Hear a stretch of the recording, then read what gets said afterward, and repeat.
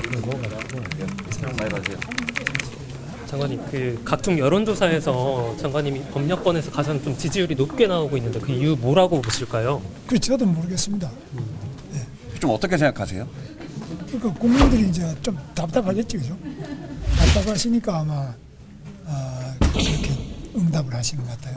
근데 지지자들 좀 기대감이 커지고 있는데 혹시 뭐 조기 대선 출마 검토하시거나 그러실까요? 전혀 뭐 검토하거나 생각하거나 없고요. 지금 이제 탄핵에 대한 지금 재판도 진행되고 있고 대통령에 대한 또 계엄에 관련된 수사도 계속하고 있고 재판이 진행되잖아요.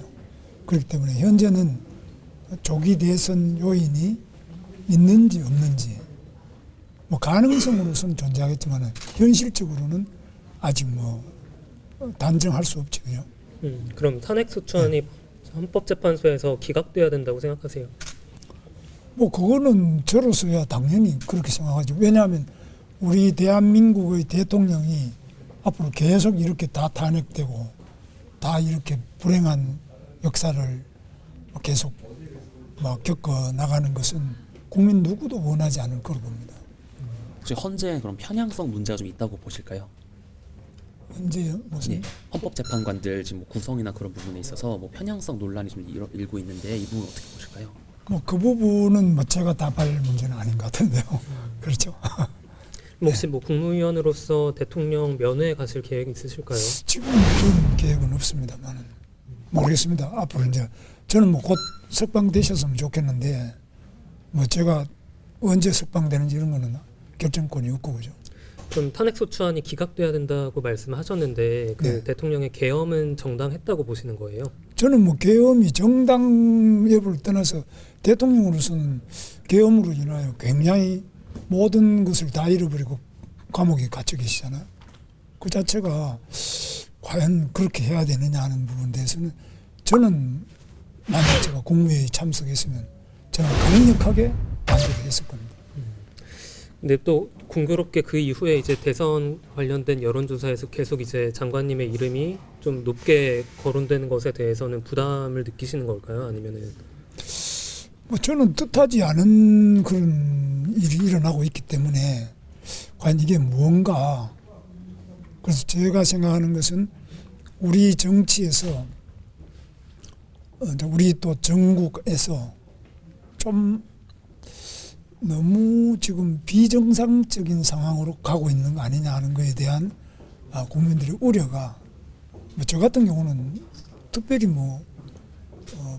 한 일은 없고 그냥 상식적인 이야기를 한 거에 지나지 않는다고 보거든요.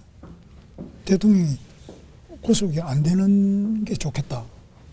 대통령마다 다 구속되고 뭐 요즘 구속 안 된 대통령이 거의 없잖아요. 다 감옥 가고 다 불행한 이런 것은 국민 누구도 원하지 않을 거로 보거든요.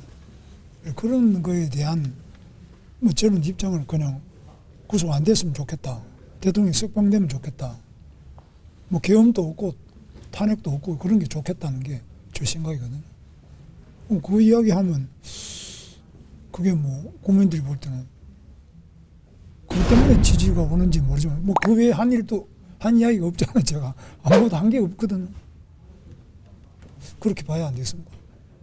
너무나 상식적이고 너무나 당연한 일들이 요즘에 좀 안 이루어지고 있는 거, 그런 부분들에 대해서 국민들이 매우 안타깝게 생각하신다고 저는 보고 있어요.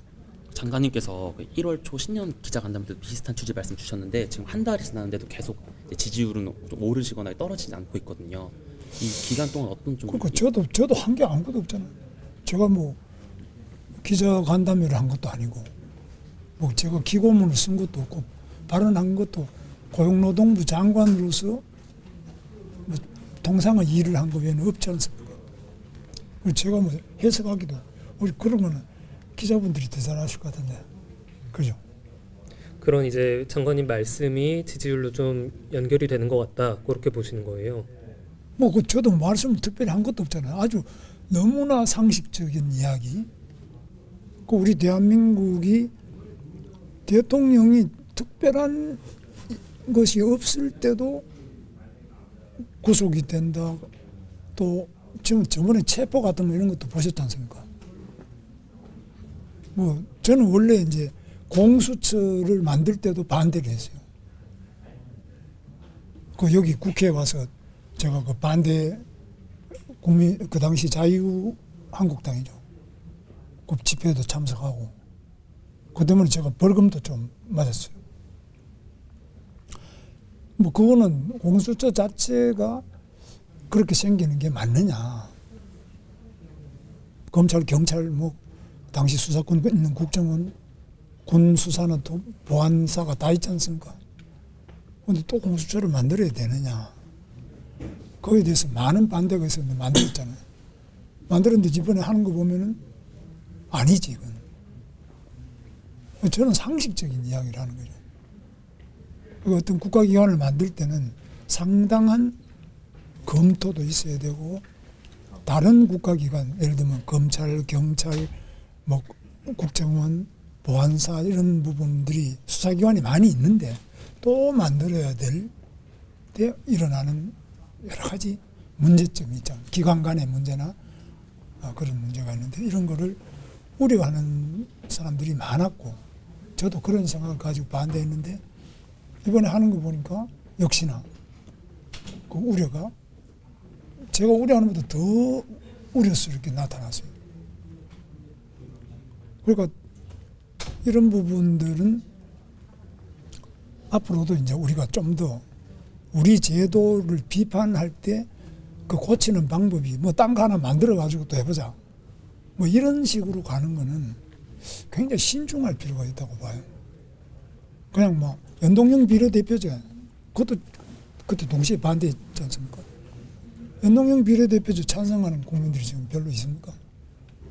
뭐 굉장한 부작용이 있잖아요.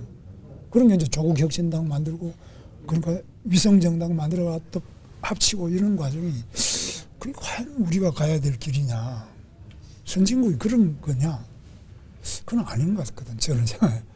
저는 그런 거를 분명히 이야기했고 그 결과가 또 그렇게 나타나고 있는 데 대해서 저 사람 말하는 거는 어쨌거나 어느 정도 지나고 보니까 맞는 것 같다는 게 좀 나오는 거 아니겠나 이렇게 생각하고 있습니다. 장관님 뜻과 다르게 대통령 탄핵 소추안이 인용이 된다면 그때는 뭐 출마를 선언하실 수도 있을까요? 그거는 지금 그런 말을 하면은 제가 상당히 대통령에 대한 것도 예의가 아니고 국민에 대한 것도 예의가 아니고 저 자신의 양심에도 맞지 않는 그런 발언이 된다고 봅니다. 그러면은 장관님을 지지한다고 밝힌 뭐 응답자들 또는 국민들한테는 좀 어떤 말씀 전하고 싶으실까요? 글쎄 뭐 우리 답답하지만 우리 희망을 가지고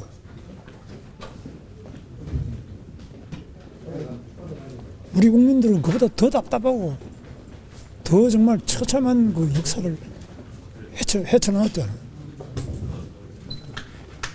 저는 우리 국민들이 어떤 어려움이 있더라도 헤쳐나갈 수 있다. 헤쳐나갈 거라고 저는 믿고 있고 그래서 그 부분을 우리가 힘을 합쳐가지고 노력하면은 능히 위대한 대한민국 좀 우리 대통령이 늘 말씀하신 자유통일의 길 그리고 선진 인류 국가로 나갈 수 있다. 지금 뭐 관세가 25%까지 올라간다. 뭐 여러 가지 문제가 많잖아요. 국내외적인 모든 어려움에도 불구하고 우리는 반드시 해낼 수 있다. 여기에 대한 확신을 우리 국민들도 가지고 있다고 보고 있습니다. 아니, 지금도 지금도 공수처 폐지돼야 된다는 입장은 유효하실까요? 그거는 저는 처음부터 태어나는 것 자체를 반대해서 저 그 때문에 벌금을 맞았다는 거예요. 여기 앞에 집회한 것 때문에. 장관님 어제 윤 대통령 그 나치 관련한 발언은 어떻게 좀 보세요? 뭐 그거는 제가 직접 못 들었는데 언론에 한 쿼트 나오는 것만 봤는데 그건 자세한 말씀은 모르겠는데 윤석열 대통령도 여러 가지 자기 나름대로 그냥 공부를 많이 하신 거 아니겠나 이러고 저는 뭐 어떤 내용인지 그거는 못 들어서 제가 평하기는 좀 어렵습니다. 여당 의원들이 저희 구치소 좀 면회하는 거는 좀 어떻게 보세요? 글쎄, 저도 감옥에 많이 살아본 사람인데 또 민주당 국회의원들이야말로 감옥 갔다 온 분이 많잖아요. 김대중 대통령도 감옥에 오래 계셨고요. 다 면회하고 그걸 면회하는 것 자체는 그걸 가지고 무슨 내란 뭐라 그러더라 선동 내란 동조. 동조 그 면회하는 거는 면회잖아요. 면회하는 거랑 그게 내란 동조가 되느냐? 그러면 과거에 우리 면회하셨던 분, 감옥에 사셨던 분 그런 분들이 모든 것을 그렇게 단정적으로 이야기할 수 있는 것은 아니지 않느냐. 그래서 우리 인간이 뭐 성경에도 나오잖아요. 갇힌 자를 우리가 돌아보고 묶인 자를 풀어주고 하는 이런 거는 인간의 인도주의의 기본이잖아요. 인권의 기본이 아무리 어려운 처지에 흉악범이라 하더라도 그 아는 사람이 돌아볼 줄도 알고 그 인권이 있다는 거. 더구나 우리 대통령 아직까지 1심 판결도 안 나왔지 않습니까? 기소만 됐다 뿐이지 아무 유죄로 추정해서 그걸 면회도 가지 않아야 된다는 이런 이야기는 너무나 비인간적이고 가혹한 말씀 아니에요? 됐죠? 형님 저희 장관님 지지율이 오른 결정적인 장면으로 그 본회의장에서 이제 고개 숙이지 않은 장면들이 좀 언급되거든요. 네. 그 순간 좀 어떤 심경이셨는지 좀. 심경이 아니라 그러니까 그건 제가 한 거는 저도 국회의원을 3번 했잖아요. 그렇게 총리를 발언 때 모셔다가 질의하는 것은 그거는 국회의원의 권리죠. 그러나 자리에 앉아있는 국무위원을 전원이 일어서가지고 무조건 사과하라, 절을 하라고 강요하는 거 그거는 국회의원의 권한을 넘는 검도를 넘는 직권남용이라고 저는 생각합니다. 됐었죠? 장관님 그리고 오늘 또 당정 관련해가지고요 반도체 52시간 예외 적용되면 네. 좀 노동자 권리 이슈 문제 있을 수 있다는 우려도 있는데 노동자? 이거에 대해서 권리적으로 좀 건강권, 문제 있을 수 있다. 좀 그다음에 어떻게 보세요? 네. 장시간 노동으로 인한 건강권과 생활의 그 좀 자유가 침해되는 이런 부분이 있을 수 있어요. 그런 부분은 이제 그만큼 장시간 근무했던 만큼은 나머지 시간에 더 휴가, 휴식 또 그리고 그 장시간 근무나 연구로 인해서 건강이 훼손되지 않도록 적절한 조치가 있어야 돼요. 그냥 뭐 무조건 일만 시키자 이런 시대는 아니잖아요. 그죠? 예, 됐죠? 감사합니다. 예. 자, 고생하시면 내가 이쪽으로 하겠습니다.